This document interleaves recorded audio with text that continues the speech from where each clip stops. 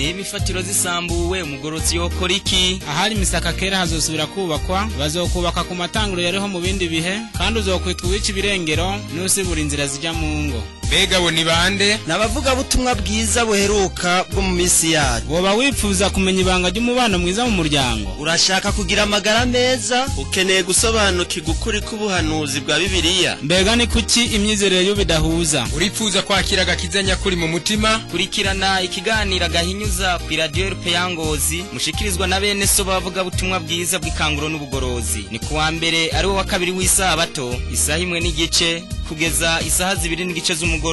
Ukeneye ubundi busobanuro bariza kuri nimero 79 67 30 79 canke 79 37 94 ubusa rimwe. Imana ibahezagire mwese.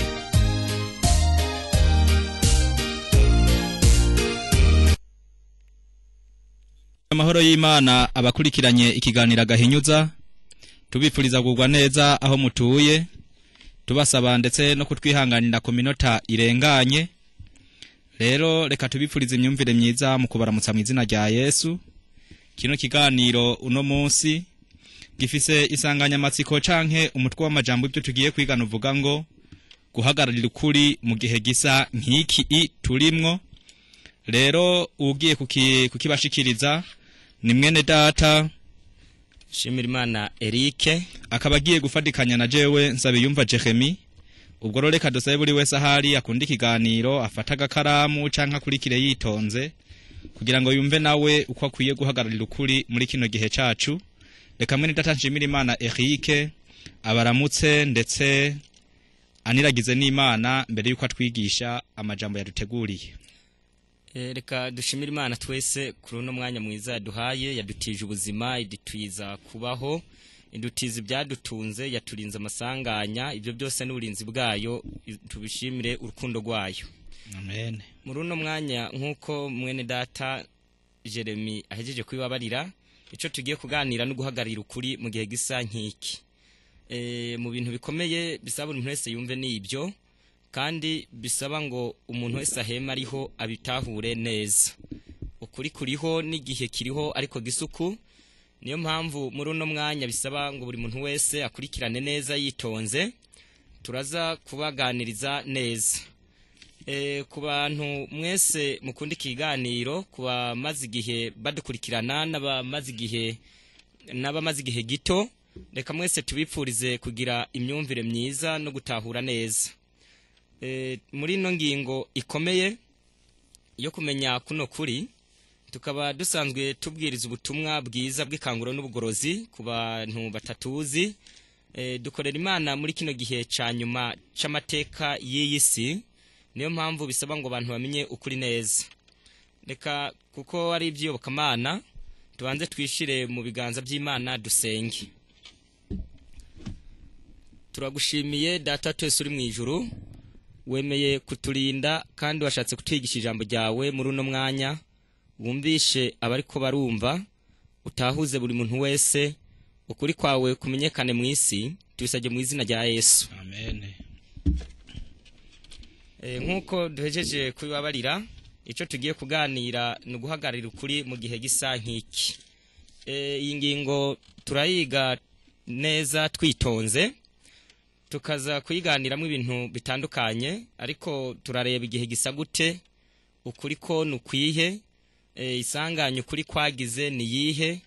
Turaza kureba umuntu akenewe muri ibyo bibazo byose kugira ngo umuntu ashobore kuba ahagaze neza. Mukurikirane kandi mwitonze. Turasaba mwene data tutaratangura neza kuri ino ngingo, aradusomera imirongo 2 iboneka mu gitabo c'Imana ca Bibiliya, mu gitabo c'Imigani, igice ni 10 umurongo w'8. Uwo n'umurongo wa mbere.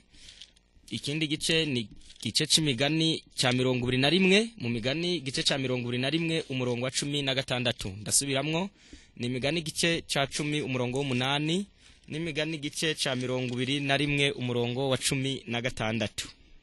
Imigani 18 haranditse ngo ufise umutima w'ubwenge yemera kubwirizwa, ariko ufise iminwa y'ubuhumbu aratemba. Umuntu wese afise ubwenge yemera kubwirizwa. Umuntu afise umutima w'ubwenge ikintu bamurebera ko yemera kubwirizwa.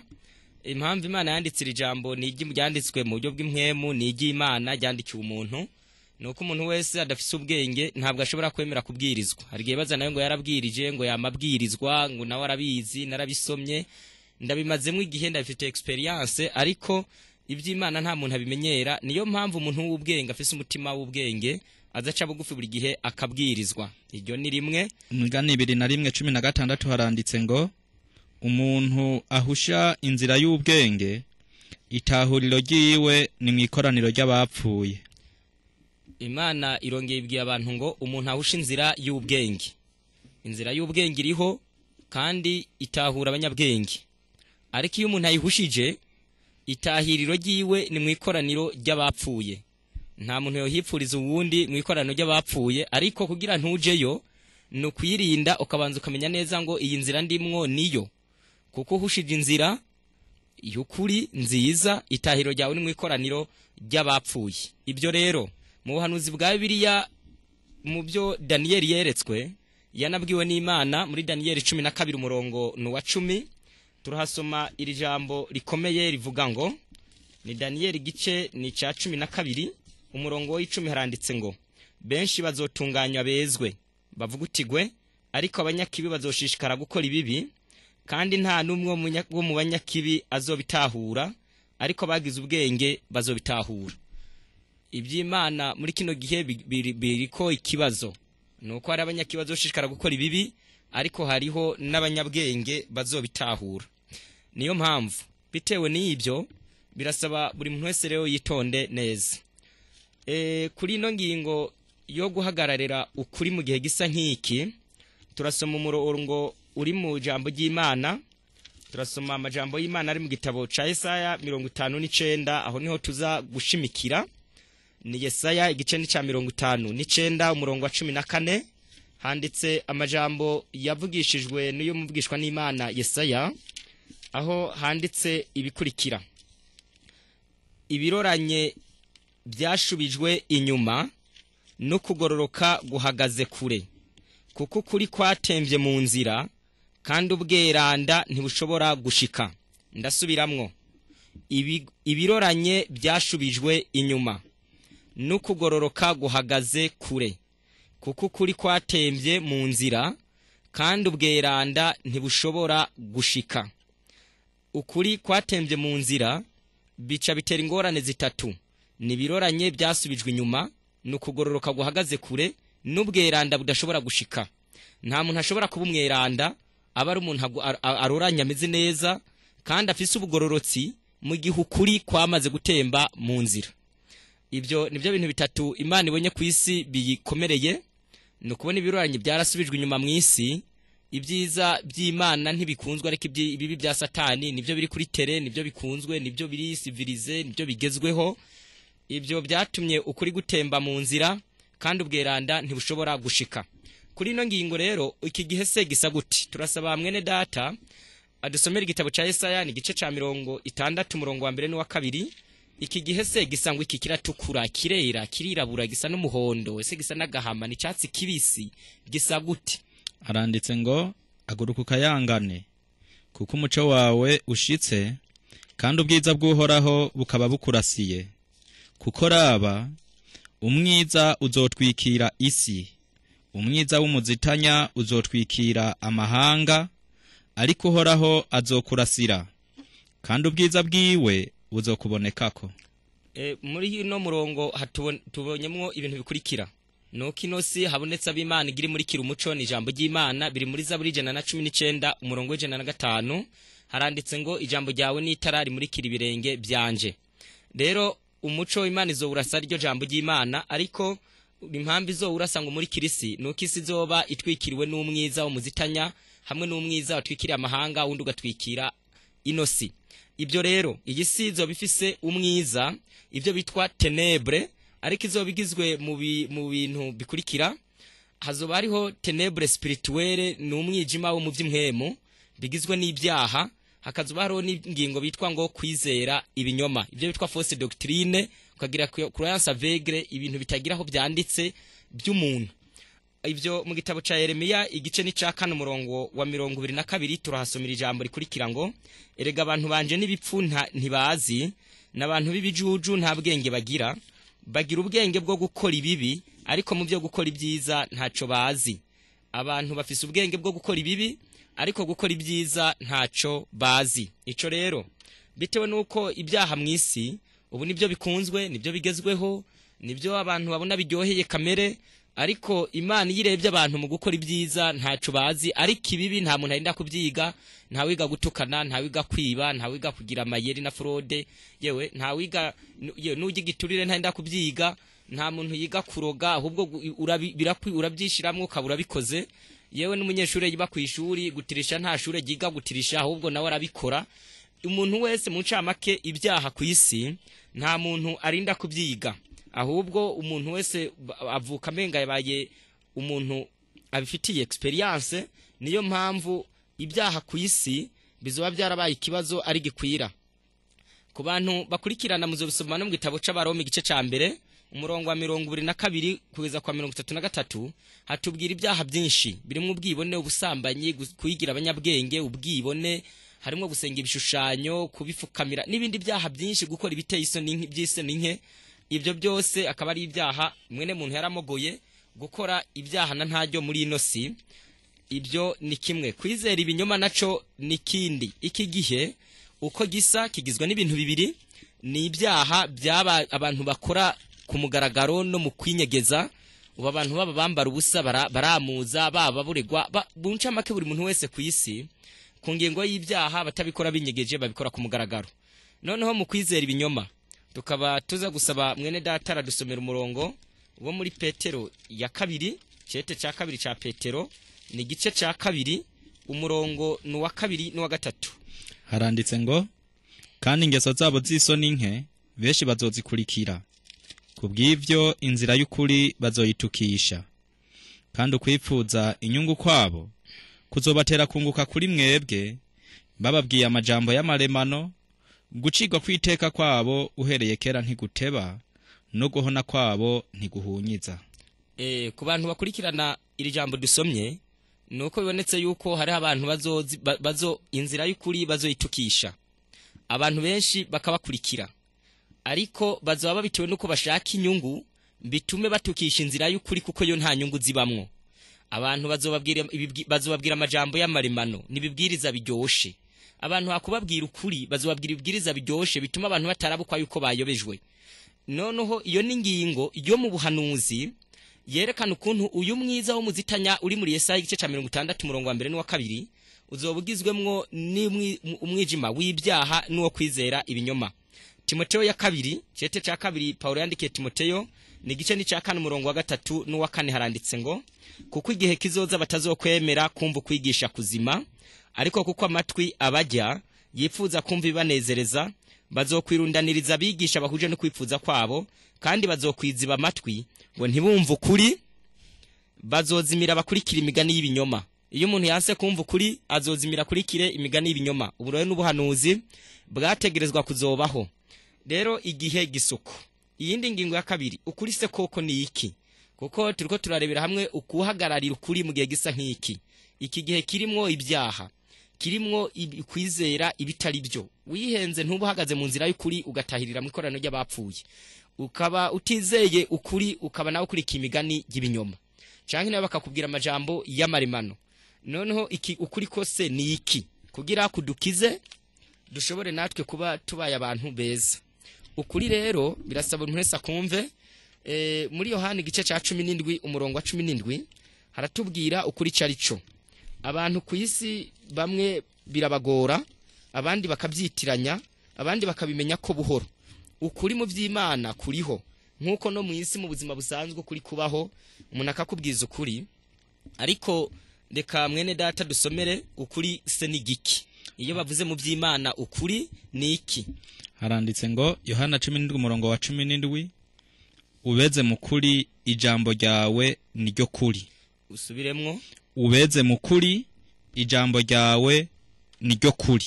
Iyo bavuze ukuri mu vy'iyobokamana ni ijambo ry'Imana, ni Bibiliya igizwe n'ibitabo 66. Iryo jambo ry'Imana ritashizweho n'umuntu atari iryo ishengero runaka, ntabwo ryazanywe n'idini, si umuyobozi w'idini yaruyizanye, si iry'igihugu runaka, ntabwo ari iby'umuntu n'umwe ariho ku isi. Iryo rero naho isi sirimuka ryo ntirisirimuka, ntirivako, ntugabanya, ntigihana ngo we ngo urije hejuru, wanse kuryumvira ryo rigumaho, naho woriturira ntabwo ntiripfa risaze. Iryo jambo ry'Imana niryo citwa ukuri. Ibyo nibyo bavuze muri Yesaya 59, muri Yesaya 59 umurongo wa 14, niryo ryatembye mu nzira bituma kugororoka kudashika. Rero uku kuri kuba kumwe, nta kuri kwinshi kubaho. Mu by'iyobokamana ukuri ni kumwe, kwatanzwe n'Imana imwe igihe kimwe by'iteka ryose, pour toujours. Rero uko kuri kuba kumwe, ntabwo uvuga ngo bajya bari n'ukuri ngo nabajya ukuri n'abari ukuri bidasa. Ukuri ni kumwe, abaguhuriye ko bakitwa abanyakuri bakabishengero ry'Imana. Ikindi, abantu muri kuno kuri birasaba abantu iyo bakwemeye baba bizeye ukuri, ariko iyo utizeye ukuri uba wizeye ikinyoma.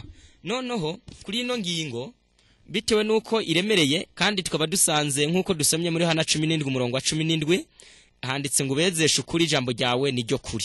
Ukuri mu by'iyobokamana, mu by'Imana, mu by'imwemu ni ijambo ry'Imana. Ico nico citwa ukuri, atari iry'umuntu, atari ndabibona ngo ndabyumva ngo umenga bya petetre, ahubwo ni ijambo ry'Imana. Iri jambo ry'Imana rero rifise uburemere bukomeye. Mu cete ca kabiri Paulo yandikiye Timoteyo igice ni ca 3 umurongo wa 16, iri jambo ry'Imana reka tubwire buri muntu wese aduteze amatwi, riraremereye, rifise uburemere buruta ubw'isi yose. Reka mwene data dusomere akamaro karyo n'impamvu ari ryo ryatembye isi yose ikabimaze nayo kuba guke. Haranditse ngo ibyanditswe byose byahumetswe n'Imana, kandi bigira ikimazi cyo kwigisha umuntu, no kumuhana, no kumutunganya, no kumutoza indero nziza mu kugororoka, kugira ngo umuntu w'Imana abe ushitse, afise bimukwiye byose, ngo akore igikorwa ciza cyose. Umuntu kugira akore igikorwa ciza cyose, atabisomye mu byanditswe byera, yokora ibitari byo. Ubibwiwe n'umuntu ugapfa gukora ngo uri kukorera Imana, woyoba.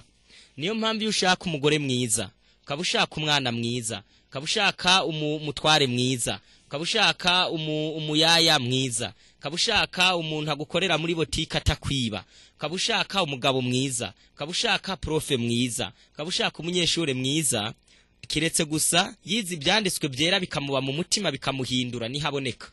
Niyo umuntu ashaka gukora igikorwa cemegwa n'Imana, kuko muri kino giharagahararo umuntu akora ibintu byemegwa n'abamutumye, byemegwa n'ahase, ariko Imana atariyo yabimutumye.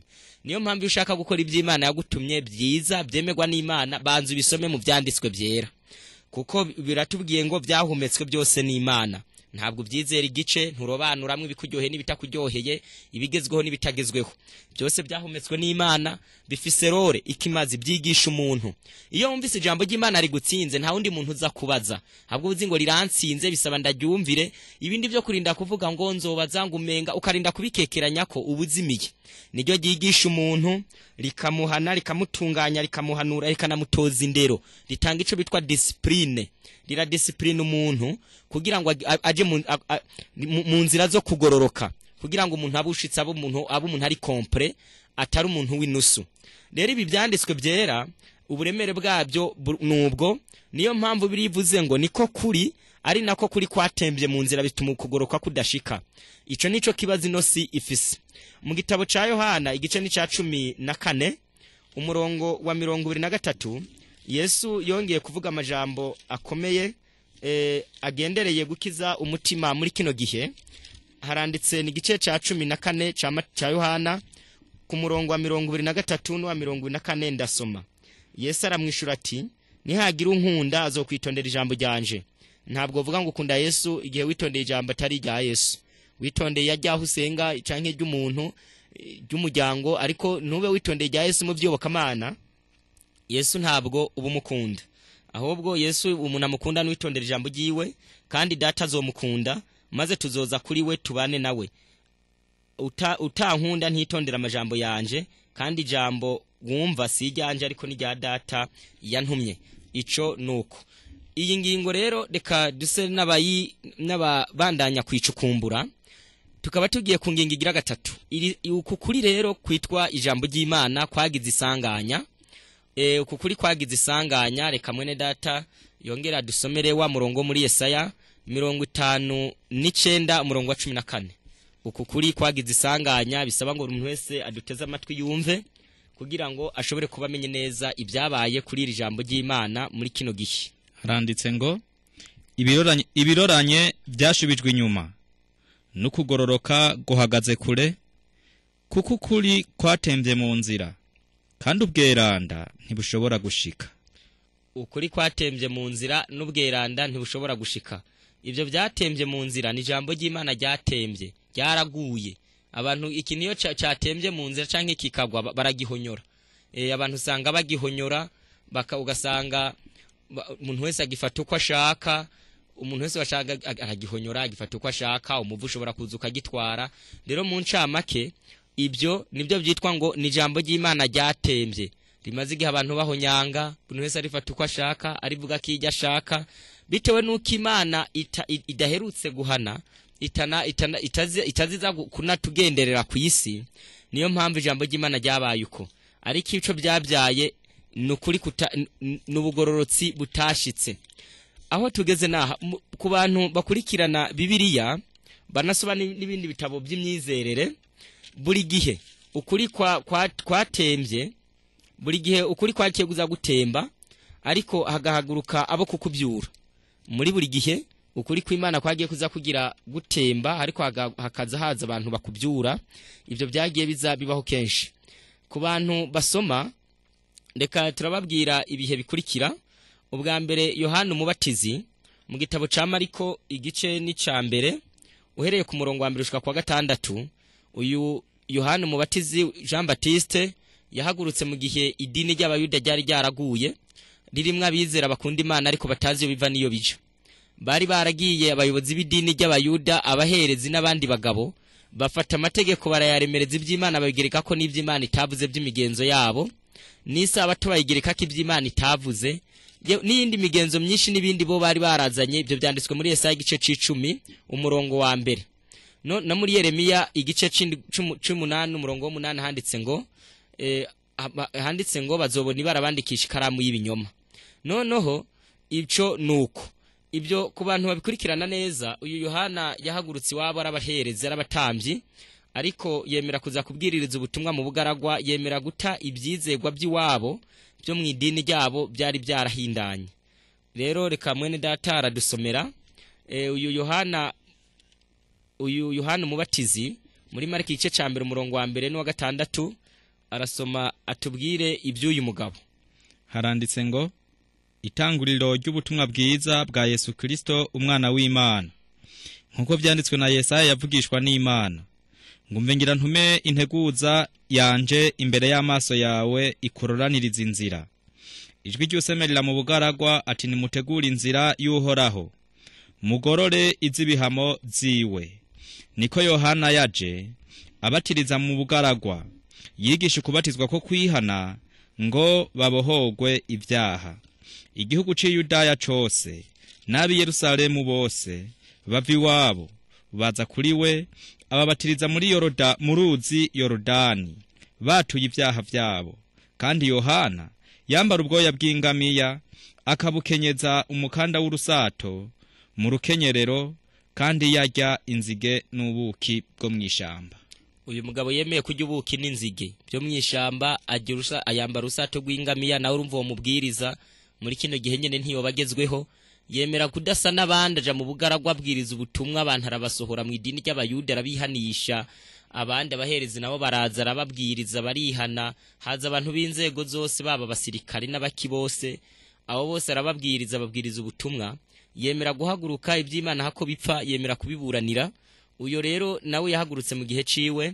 Ku bantu basoma n'ibindi bitabo, mu gitabo citwa Jezikri uwifuza ibihe byose Yesu, ku page ya 66 haranditse ngo uyu Yohana yahagurutse mu gihe cari kiremereye kirimo ibibazo.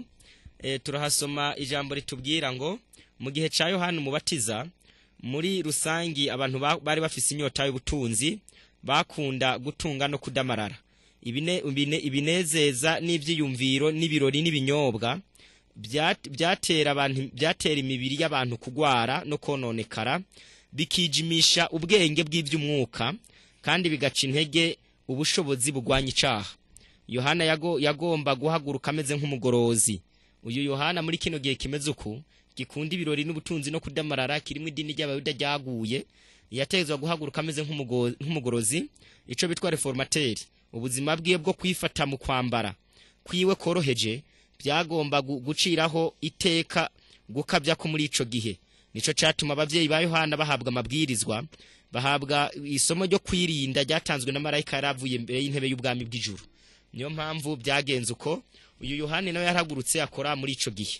Rero ku bantu bakurikirana Yesu n'intumwa nabo barabwirije, bahaguruka mu gihe kitaboroheye cari gikomeye, ku buryo Yesu wewe igihe yabwiriza ubutumwa mu gitabo ca Yohana igice ni 9 umurongo wa 39 wewe yaraje gukora bino bintu. Turahasoma ni Yohana igice c'9 umurongo wa 39 kweza kwa 41 haranditse ngo Yesu aravuga ati naje muri ino si kubagahinyuza.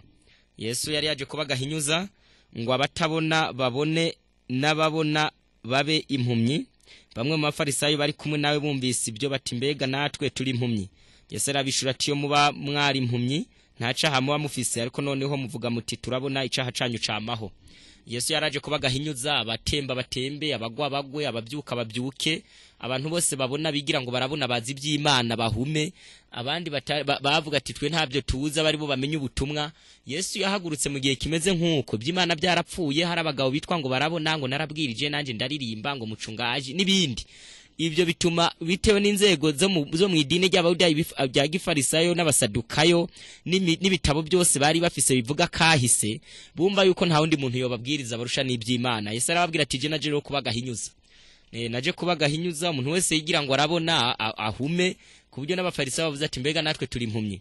Yesu arababwira ati byari meze gusa nta cacanyu ntico bakibariko. Noneho muyu yahagurutse aburanira ukuri, yari umwana w'Imana, ibyiwe ntibyemewe cyane, ariko n'intumwa za Yesu nazo zakoze ibyo zemera kuruha, ariko kugira ngo ubutumwa bw'Imana bushobore kubwirizwa ku isi, ukuri kwari kwaratembye kongere guhagarare. Mu Bakolosayi igice ni ca mbere turahasoma ano majambo ku murongo wa 28 haranditse ngo natwe niwe twamamaza duhanura umuntu wese, twigisha umuntu wese ubwenge bwose, ngo dushikirize Imana umuntu wese ahinguriwe muri Kristo. Ico nico kintamisha uyu Paulo, icamutamisha kwa guhingura abantu, ababwirize abari barayobeje baze mu nzira y'Imana. Ibyo rero kwaruko niyo mpamvu muzosoma mu gitabo c'Abakorinto ba mbere igice ca 4 umurongo w'9 n'uwa 13.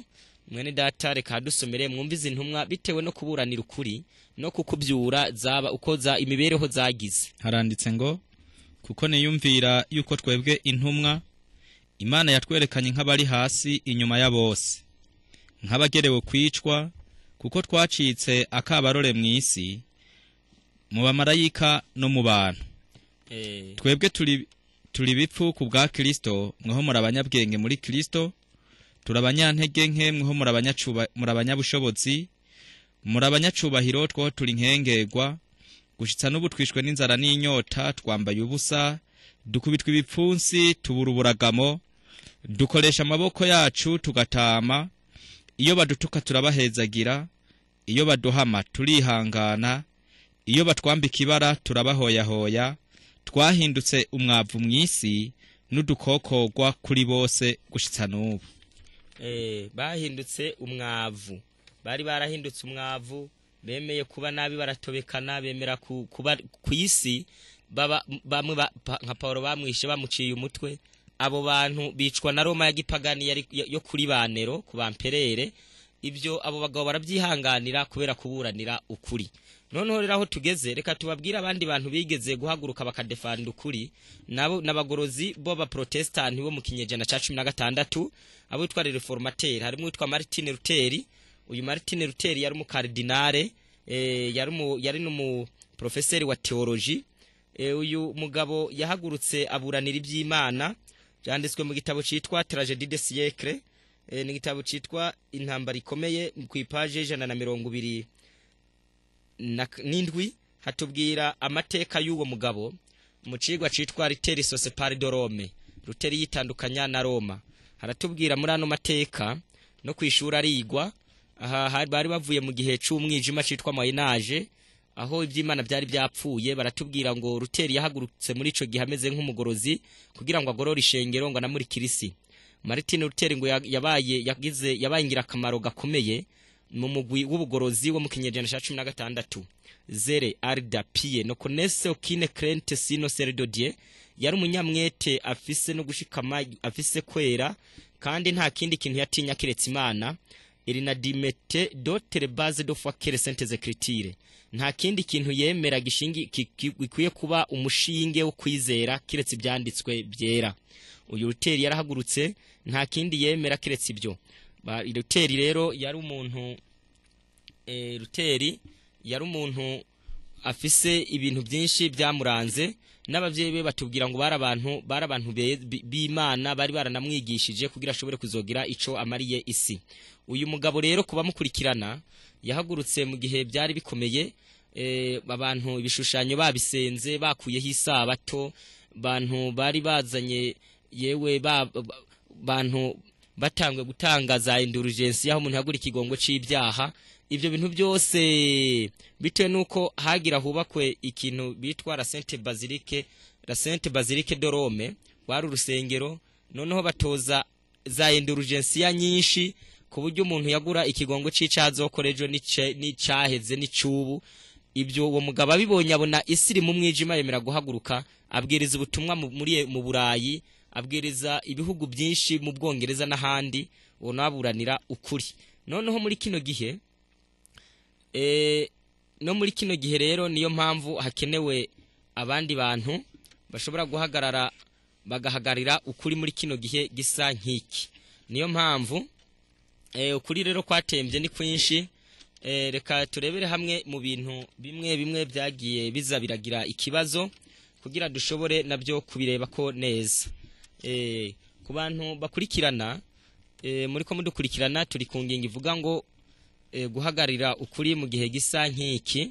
Reka abantu duse n'abababwira uko ibintu byagenze ku isi, ariko ico turiko tuganira ni uguhagarira ukuri mu gihe gisa nk'iki. Uyu mugabo Luther twariko tubabwira azwi mu mateka, yabaye umugorozi kimwe n'abitwa abaja Wycliffe, bazwingiri ba Jerome na babunyane. Abo bagabo bose babaye abagorozi bagoroye iby'Imana byari byapfuye. Ibyo nibyo byavyayemwe akarengane. Barahamwa na Roma bahungira muri Amerika. Bahungiyeyo ibyo nuko byagenze mu yobokamana mu mvuga ya gihanuzi n'iryo shengero rya Sarudi mu byahishuwe igice ca 3. Abo bantu bari barokotsa ko gahamo nibo mu nyuma babayemwo za Philadelphia. Ibyo tuzobyiga, ariko naburumva bahagarariye ukuri mu gihe cabo. Ukuri rero kwatembye ni kwinshi, reka tubabwire bike muri byo. Ubwa mbere turababwira ubukuru mu by'Imana. Mwene data aradusomera Matayo 26:28 ko kuri ubukuru mu by'Imana, ubwari ubukuru mu by'Imana byaratembye haza ibindi. Matayo 20 uhere 26 gushitsa 28 haranditse ngo muri mwebwe siko biri, ariko ugomba kuba mukuru muri mwebwe azaba umukozi wanyu, kandi ugomba kuba w'imbere azaba umuja wanyu. Nkuko umwana w'umuntu atazanwe no gukorerwa, atari gukorera abandi, no gutanga ubugingo bwiwe kw'icungu ya benshi. Umuntu ashaka kuba mukuru azo umukozi w'abandi. Umugi usanze umuntu ibido y'amazi naniye yimwakira ubaye mukuru. Usanze umuntu muri murariye waraye utabagaye, genda umubagarire. Nyimbura umukozi w'Imana, genda umubagarire, ubagarire uwo mwizera, ubagarire uwo muntu naho mutuba mudasenga hamwe, ububaye mukuru. Naye bundi umuntu ashaka kuza bamugire mukuru yicaye nk'umwami, ubwo bukuru ntabwo mu by'Imana bwategekanijwe. Ahubwo umuntu abaye umukozi w'abandi nk'uko Yesu aje gutama ari wadukorera kugira tubeho turonka agakiza, kemera kurara rubunda, agatobekana, akarara inzara, akicwa n'imbeho ku musozi wa Rayoni yawuraye k'imyaka 3 irenga, ariko arateramira mwene muntu yazimiye. Ubwo bukuru mwene ubwo nibwo bukenewe, ubwo bwaratembye. Ubu muntu gusa nukuza yabayize gusa amashuri ngo ibyo bakamana theology azana diplome, bikaba biheze akicira ngaho gusa ntakogwe ko kuburyo utopfa no kumuvugisha. yemwe n'injyajya ntibisa n'ibyo abizera nukuba gusanga aho nabundi bukuru mu by'Imana nubwo gukorera abandi ukabingira akamaro ukabingira ukabuce twa servir gukorera abandi ukakorera service abandi ibyo byitwa ubukuru. Mu Batesalonike ba mbere igice cya 2 umurongo wa 5 haranditse ngo kuko atana rimwe twigeze kuvuga ijambo dushasha karimi murabizi canke ijambo ryo gushitsa ukwipfuza Imana niyo cabona cibyo kandi ntitwarondera icubahiro cyo ku bantu. Aba bagabo nta cubahiro barondera cyo ku bantu ari kuri mwebwe canke ku bandi naho tuba twarashoboye kuba naho tuba twarashoboye kubaremera kuko turi ntumwa za Kristo ariko twaritonda hagati muri mwebwe nk'uko umurezi abungabunga abana biwe niko twabagira igishika. Ico catumye duhimbagwa no kubaha subutumwa bwiza bw'Imana no kuba butumwa bw'Imana gusa ariko no bwacu bugingo bwacu kuko mwabaye abo dukunda gose.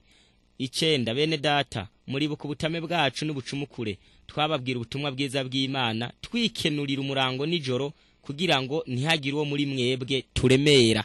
Intumwa z'Imana zibwiriza bizera nta bizera ziremera. Ikindi ukundi uko kuri rero kwaratemvye muri kino gihe suko.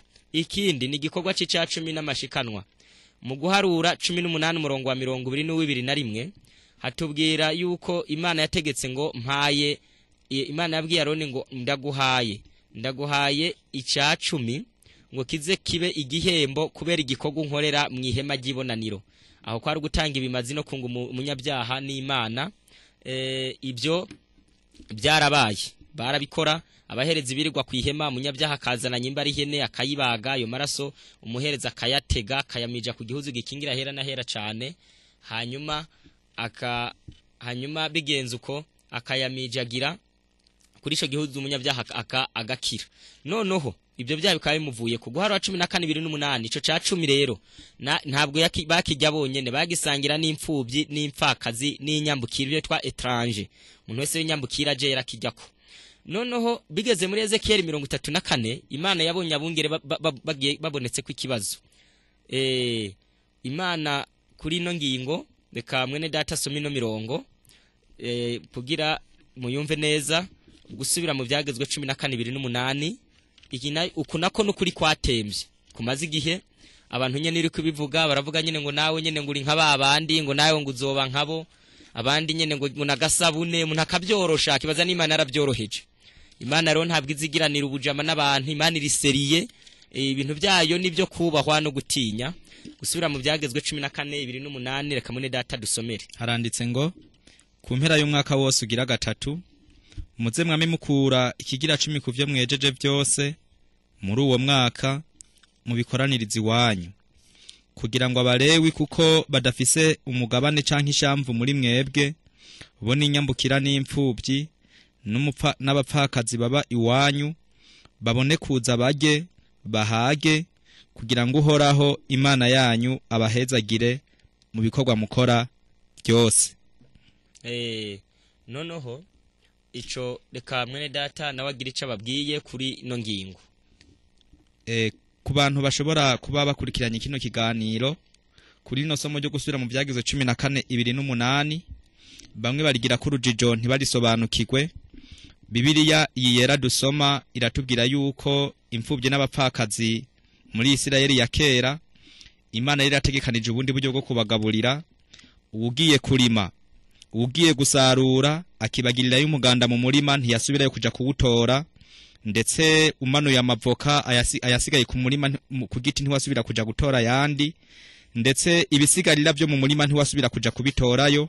Impamvu bashiraho iyo myaka 3 nuko muri ico gihe baba ariko barajya muri ubwo buryo Imana yategekanije mu gihe ca yubire ndetse no mu gihe c'indi minsi mikuru idasanzwe. Hari uburyo Imana yarategekanije bwo kubahebera imyenda ndetse no kubahagira ngo bashobore gufungurira hamwe n'abandi.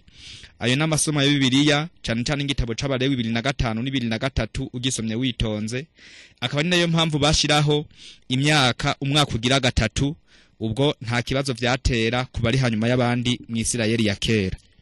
Nuko mwene data naragize neza aratwunguye rero namwe murabyumvise. Imana rero ibonye ibyo bigenze uko ku bantu bakurikirana Yesu apfuye ku musaraba muri Matayo 27:51-52 igihuzu gikingira hera cyane urusengero gitabutse igikorwa c'abaherezi cari giheze kujya ku ca 10 n'amashikanwa byari birangiye, ahubwo ca 10 n'amashikanwa cari gisigaye arico gukora umurimo w'Imana kuko ntiwavuyeho naho bo bari bavuyeho. Ica kabiri bari zampfubye n'impfakazi n'inyambukira n'abandi bantu bose bababaye nibyo bari basigaye babijyako. Noneho Imana muri Ezekiel 34 umurongo wa 2 no 3 turasoma no w'icumi ni Imana yabibakuye ko aranditse ngo ijambo ryohoraho ryanje ko riti mwana w'umuntu barira bungere baragira Abisirayeli ubaburire ubwira abo bungere atukuni ku mwami horagize ati bazobona barabungere b'Abisirayeli biragira ubwabo mbega bungere ntibari bakwiye kuragira intama atari komweho muzigira inure mukambara bwoya bwazo mukabaga izinuze ariko ntimuragira intama. Ku murongo w'Imana bareze kujya izinuze n'ibindi ariko kuragira bikanka 10 ko niko umwami uhoraho agize ati raba bubungere tuzohigura twe nabo kandi intama zanje nzozibarondera ko ndababuze gusubira kuziragira. Ntabwo ari je ndiko mvuga ndababujije ahubwo ni Imana hirya ngo kandi abo bungere ntibazoba baciragira ukundi nzokiza intama zanje amenyo yabo zoye kuba inyama zabo. Intama z'Imana Imana yarababaye ibona zahindutse ibyo kujya ndavuga ati ababizera nta kundi Imana mu migambi yayo yari yarapanze yuko ku ngoma ya Mesiya izofata abizera bakure mu menyo y'abungere bareke kuba injya z'abungere. Uko kuri rero nako kwaratembye.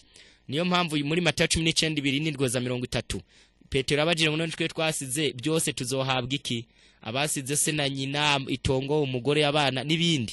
Yesu yababwiye ngo nzobaha ubugingo budashira. Ubwo rero Yesu ntaraza ntituraburonka.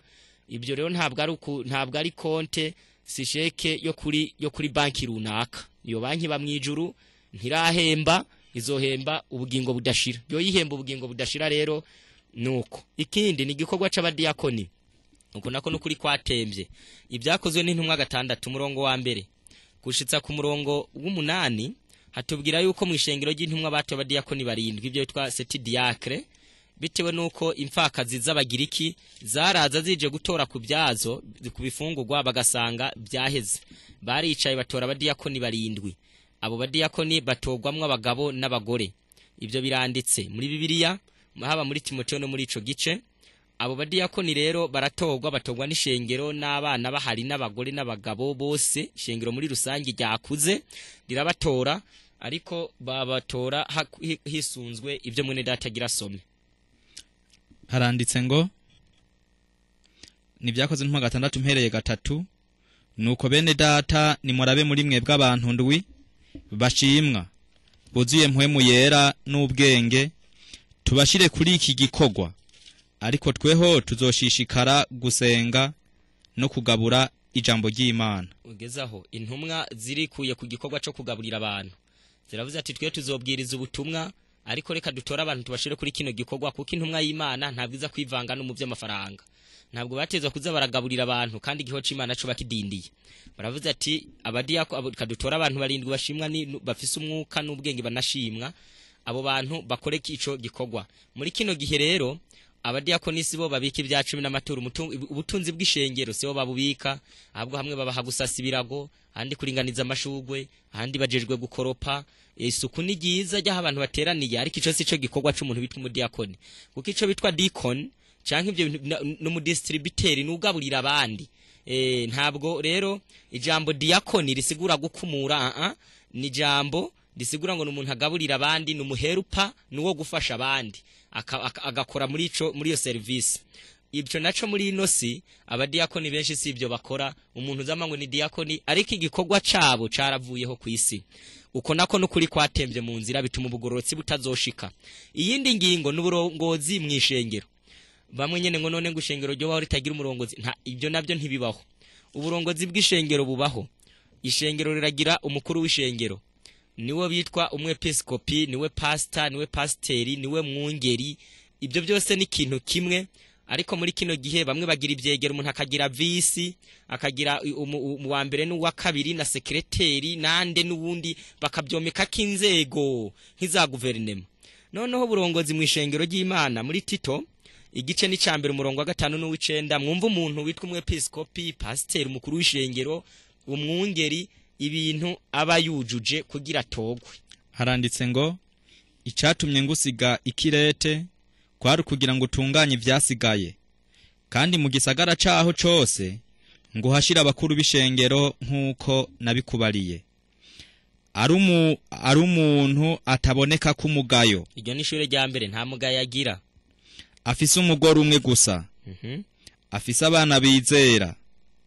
Bataregwa ko ari ibihumbu canke ibiganda.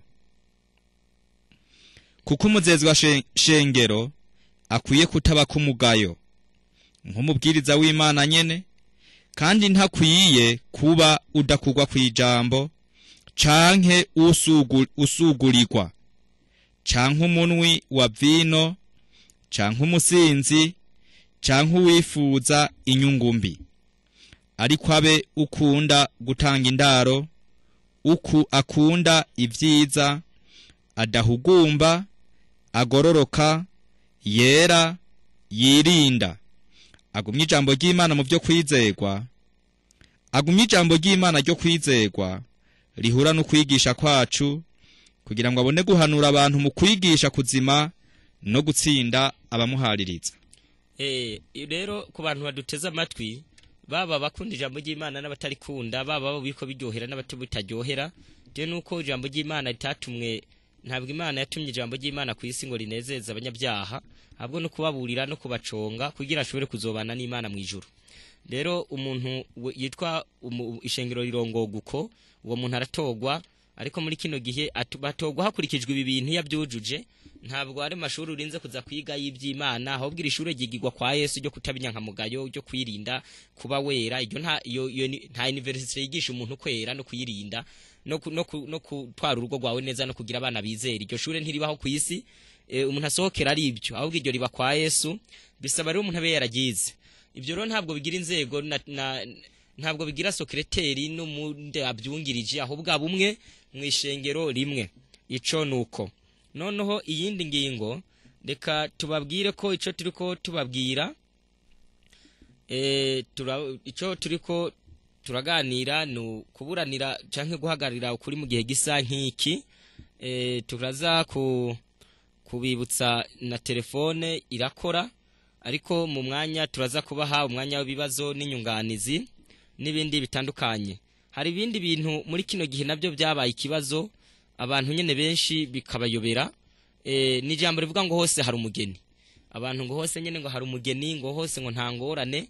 Ariko muri Yohana 10:16 mwene data aradusomera muri Yohana 10:16, ese hose haba umugeni, ese aho hose nihe?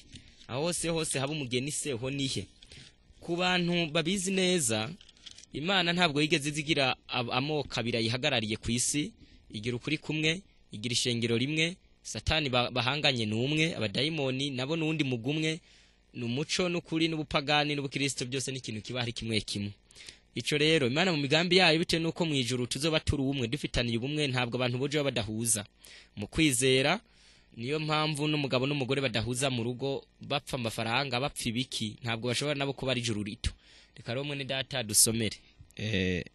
Yohana 10:16 haranditse ngo, kandi fise n'izindi ntama zitarizo muri uru rugo, nazo nyene birankuye kuzija imbere, zizokumva ijwi ryanje, hazoba umukuku umwe n'umwungere umwe. Yesu asizavuze ati hari intama zitarizo muri urugo, hari mu ishengero ryiwe, zizokumva ijwi ry'Imana, zizoza ziravayo, haba umukuku umwe n'umwungere umwe. Nta mikuki ibiri izobaho, nta taniriho y'abantu bamwe bizeruka abandi bakizeruka badahuriza no mwisi. Iyo mikuku ntibaho. Mu Baroma igice c'icenda umurongo wa 27, reka tubwire n'abandi baza bamenyera iyo bokamana iri naryo mugiteho. Mu Baroma 9 umurongo wa 27 haranditse ngo, kandi Yesaya yasemerera iby'Abisirayeli ati, igitigiri c'Abisirayeli niyo coba nk'umusenyi wo ku kiyaga. Igitigiri c'Abisirayeli niyo coba nk'umusenyi wo ku kiyaga, amasigarira niyo azokira. Amasigarira gusa niyo azokira. Abantu mubimenye neza ngo Imana ifise ishengero ryayo rimwe ku isi, ryizera kumwe ku isi yose. Uko bizera mu Burundi niko babizera no muri Amerika, niko babizera no muri Kenya. Abo bantu bizera iby'Imana bamwe noneho abataba bizera nk'iyo myizerere nabo baraza bakihanaho, ariko ntabwo abariyo n'abariyo bose bitwa ngo ni intama zizumva ijwi zikaza kugira habe umukuku umwe n'umwungere umwe. Ico ni kinyoma gishaje kitagira umurongo muri Bibiliya, ahubwo gusa abantu nyene kugira bitewe nuko nta kundi wo bisigura kubona abantu bafise Yesu umwe, mpwemu yera umwe, inzira imwe, Bibiliya imwe, Imana imwe, akayira kamwe kaja mu ijuru badahuza. Abantu bemeye kurema umurongo wa Bibiliya utaboneka mu byanditswe ngo hose mu buryo bwo kuremesha umuntu ngo hose hari umugeni, ariko ibyo ntaho biri. Noneho reka mwene data nawe agire icavuze ko gito kuri ino ngingo. Bo yaba uwo murongo abantu bawuha agaciro hose akaba ari umugeni bakazohurira no mwijuru, umuntu ntababera umushitsi irindi shengero yashikingwe n'amikorane yo kumuca canke ngo bamudendaguza bamushire nko mu bucamanza ngo mbe wari uri hehe ngo n'umunsi waragiye ko utakubonye. Ubwo buri wese yosengera hashatse maze iryo joro kazoritahamwo. Ico nico nagira nongere ko kugira ngo abantu bose bavyumve, yaba bose bizera kumva kazoja mwijuru rimwe, nta kibazo kiba gihaba, ndetse abizera ngo boja gusengera handi ntihabe kibazo ngo abayobozi bavyura induru. Niyo mpamvu rero Imana yemeye ko haba umwungere umwe n'umukuku umwe, wizera kumwe, ukizera kuri kwijambo ry'Imana no kuri hagararamwo. Ico nico nagira nongere ko Imana ihabwa icubahiro. Muri uno mwanya usigaye reka tubwira abantu akandi kantu karimereye, n'imigwi ifise isabato. Imigwi isenga ni myinshi kw'isi, imwe iriho mu Burundi, muri Kenya, mu Burayi, muri Amerika ni myinshi, ariko iyo migwi yose ikaba ifise na isabato. Ndeka tubabwire ngo kuba abantu bafise isabato ntabwo ari cyo kimenyetso cy'uko aba ari ukuri. Yoyo n'ukuri kubisaba umuntu yizere kuri mu byagezwe 10, ni rimwe mu byagezwe 10, ariko umuntu ayizeye yonyene ntabwo bisigura ngo nayo ngo agiye mu ijuru. Hariho ibindi byo kuzuzwa nkuko nayo ari kimwe mu bisabwa kuzuzwa. Ku bantu bakurikirana, Yohana Umubatizi yarabwiriza afise isabato, n'abayuda mu rusengero nabo basigaranye yindi. Iyo migubiri yose yarabwiriza ari kumwe umwe Imana itawemera uwundi wemera. Niyo mpamvu kuba umuntu afite isabato kw'isi hari abantu benshi, ariko ku bantu basoma n'ibindi bitabo mu gitabo citwa Premiers Écrits ku ipaje 146 haranditse ngo ubugwi butandukanye buvuga ko bufise imyizerere y'Abadventiste, buri gatsiko gafise agace k'ukuri, ariko Imana yahaye abana bayo biteguye umunsi w'Imana uko kuri kose. Byarahanuwe ngo abantu bazogira ukuri, bazoba hariho imigwi ifise isabato, ifise n'imyizerere ya Kidventiste, ariko hazoba hariho bamwe gusa Imana yahaye uko kuri kose. Niyo mpamvu biba bisaba ngo buri wese abimenye neza. Umuntu arahaguruka kitwa uku, undi akitwa uku, ibyumviro byiwe akabigira idini, undi akabigira imyizerere, undi agasengera iwiwe muhira. Ibyo bikaba byiswe ngo nawe ngo aragoroye ngo abaye uw'Imana, ariko ntabwo biba gusa bigarukiye aho. Niyo mpamvu bisaba ngo buri muntu wese yongere kubyumva neza. Iri ni nyandiko za mbere nitwasomye mu kitabo cy'Ikinyarwanda, mu Gifaransa birahuje amapaje, ariko ibyo nabyo mu byumve neza. Niyo mpamvu kuri ino ngingo y'isabato katubwire na bamwe nyene batayemera n'abayizera, ryo n'itegeko ry'Imana riri mu byagezwe 10 ntirivaho, naho abantu bose bojyanka ryo rigumaho, naho isi yovuga ngo ntiririho ryo rigumaho, ntirisaza, ntiribora, ntirishavura, newe ntaco riba. Iryo ku bantu babisoma, Yesu nibyo yavuze muri Luka igice yavuze muradutunga muri Matayo 24 umurongo wa 20 ngo muze musenge uruhungo rwanyu ntiruzerwe mu rushana canke kwisabato. Noneho rero tuja kurangiza, hari ibindi bintu bisaba abantu bitondere, reka tuse n'abageza kuri ino ngingo. Umuntu rero akenewe ameze ngo iki? Kariwe turangiriza ko muri kino gihe ukuri kwatemvye mu nzira, hakenewe umuntu yujuje bino bintu bitatu biri muri no mirongo ya Bibiliya. Turabibabwira kugira ngo buri muntu wese noneho abyumve neza. Umurongo wa mbere uyo muntu akenewe yanditswe muri Bibiliya muri Yeremiya, yanditswe muri Yeremiya 5 umurongo wa mbere n'uwa kabiri. Umuntu akenewe muri kino gihe ukuri kwagize ikibazo yanditswe muri Yeremiya gice ca 5 umurongo wa mbere n'uwa kabiri. Aranditse ngo nimwiruke hirya no hino mu nzira z'i Yerusalemu, murondere mwitegereze, mucakare no muhiyaguye haho, namba mwobona umuntu yoba umugororotsi arondera ivy'ukuri, nanje nzohaharira. Imana iteguye guharira isi, ariko habonetse umuntu afise karakteri zibiri. N'umuntu arondera ibyo kugororoka kandi arondera n'iby'ukuri. uwo muntu afise iyo nzara n'inyota n'Imana iriko irarondera ashaka kumenya ukuri adapfa atari njana n'abahita ahubwo arondera ukuri n'ibyo kugororoka. Ico ni kimwe. Muri Ezekiyeli 22 umurongo wa 33 haranditse ngo kandi narondeye umuntu muri bo yosa n'uruzitiro agahagarara imbere yanje mu kirengero ahagarariye igihugu ngo noye kugihonya ariko nta numwe nabonye. Nico catumye mbaririkura ko ubushangashigwe bwanje nkabamarisha umuriro w'uburake bwanje. Imana ino sikeneye umuntu naho yoba umwe. Uwo muntu ariko yiyemera guhagarara igihugu agasana uruzitiro. Inzitiro z'Imana zasenyutse nibyo bitwa principe n'inyigisho z'Imana zasenyutse zikeneye abantu bazisubiza kuri gahunda. Noneho rero uyu muntu muri Yesaya 58 nibo bahanuwe ko bazokongera kubaka mu matongo ya kera. Yesaya 58:12 haranditse ngo kandi mu gitabo ca Yesaya turasubiramwo kugira uwo murongo mubumve. Mu gitabo ca Yesaya gice ca 58 umurongo wa 12 haranditse ngo kandi hari imisaka kera hazosubira kubakwa. Hari ahantu ha kera bisaba hazosubire kubakwa ariko harabazohubaka. Bazokubaka mu matanguro yariho mu bindi bihe. Ntabwo bo bazorema inyigisho. Hari ibintu byubatswe mu bindi bihe bo bazobisomera nibyo bazizera kandi uzokwita wica ibirengero n'usibura inzira zija mu ngo.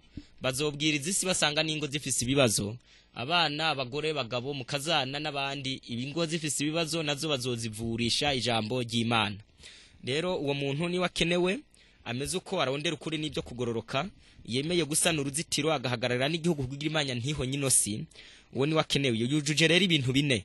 Ubwa mbere yemera kwezwa n'ukuri. Biri muri Yohana 17:17 handitse ngo ubeze mu kuri ijambo ryawe niryo kuri. Ico ni kimwe. Yemera gushingira intahe ukuri. Muri Yohana 9 hatubwira umusore yavutse ari impumyi. Avutse ari impumyi Yesu aramuhumura abantu bari bamubonye bejijanye imitima tujya ni watego bamujana ku bafarisayo. Bamujanye ku bafarisayo Yesu barabaza uwo muhungu w'abafarisayo ngo ninde yaguhumuye ati ni Yesu. Barabwira ati wayobye. Bamujana ku bavyeyi biwe. Barabaza abavyeyi biwe ngo mwabavyeyi mwe mwemeza ko uyu muhungu yavutse ari impumyi ngo yego. Icamuhumuye ni giki ngo banka kuvuga ariko mwumva icayi bateye.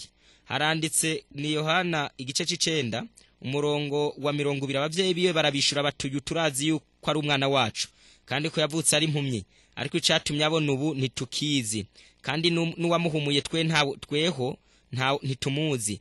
Mumwibarize n'umugabo arivugira. 22 abavyeyi biwe bavugiye ibyo kuko batinya abayuda kuko abayuda bari bamaze kuja ingingo ngo umuntu wese azokwatura Yesu ko ari Kristo acibwe mu sinagogi.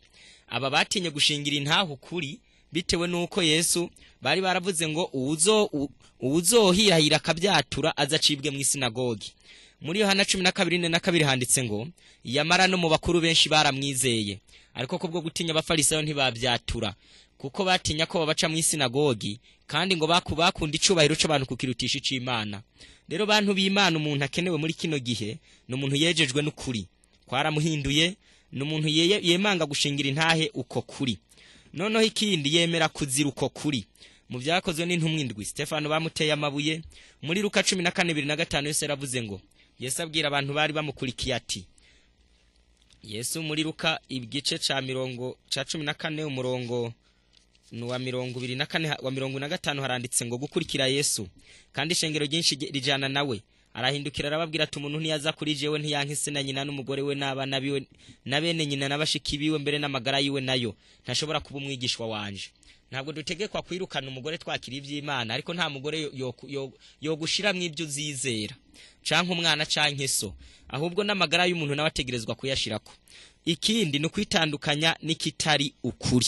Iyo nico duhereje ko umuntu wese akenewe muri kino gihe yemera kwitandukanya nikitari ikintu cyose kitari icukuri yemera kwitandukanya naco.